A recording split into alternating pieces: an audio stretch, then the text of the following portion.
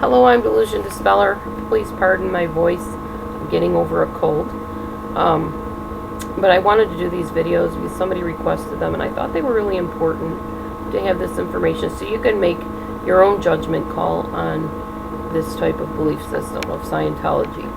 So as I've said, I've been a life coach for about 4 years, I believe, and been helping people since even before then. And you can reach me at DelusionDispeller@gmail.com, my email address, and I'll be happy to help you in any way I can. Alright, let's continue with Scientology. So you've entered the building, you've met whoever you need to meet, and you've gone through purification, which is the sauna / health regimen, exercise regimen that they recommend for you to purge you of whatever unnecessary toxins are in your body from worldly medicine. It's important to note that they do not allow you to take Tylenol, ibuprofen, cough medicine, or anything like that because they believe it's toxic to the body and can hamper your ability to be your fullest self.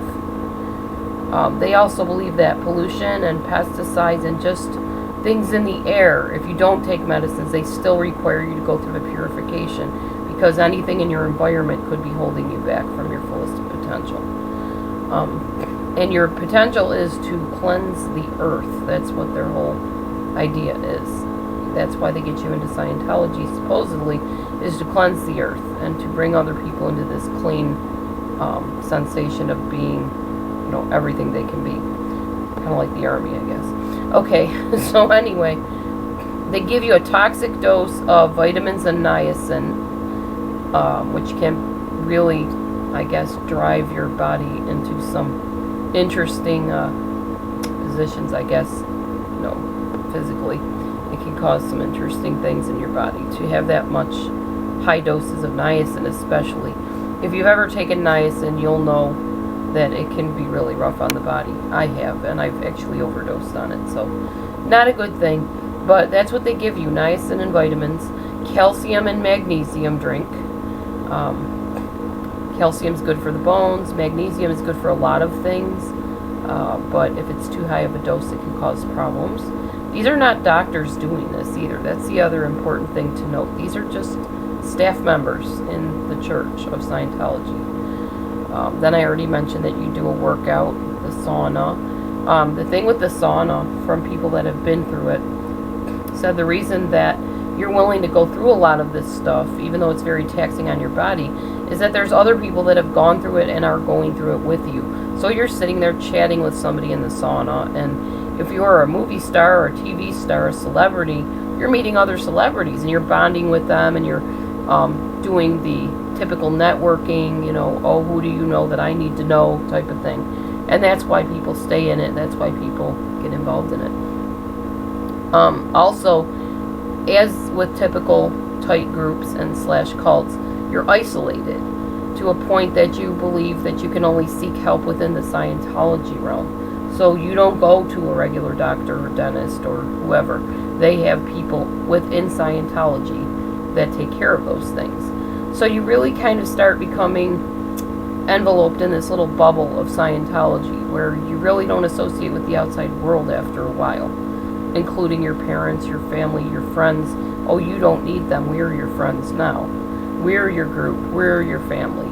We have everything you need. Why would you need to go outside of us? That type of thing. Now, they will teach you that you have a body, you have a mind, but you are a thetan, which means that you are a being aware of being. And as I told you, thetans, they were the bad dudes that got dropped into the volcano and became the spirits. But because you're so toxically overloaded with these things, supposedly, that's what you are, I guess. Okay, anyway, I'm not a Scientologist, so I'm just telling you what I've studied and what I've learned. Now, the one thing that they want you to do is participate in what's called the Bridge to Total Freedom. And there's different levels of this bridge. There's a left side and a right side. The left side trains you to be what's called an auditor, which we'll talk about later. The right side is where you gain spiritual wins and gains. I don't know a lot about the right side because very select people get to that side. Most of the people you hear about are on the left side. And if there are some on the right side, I just haven't really come across that much.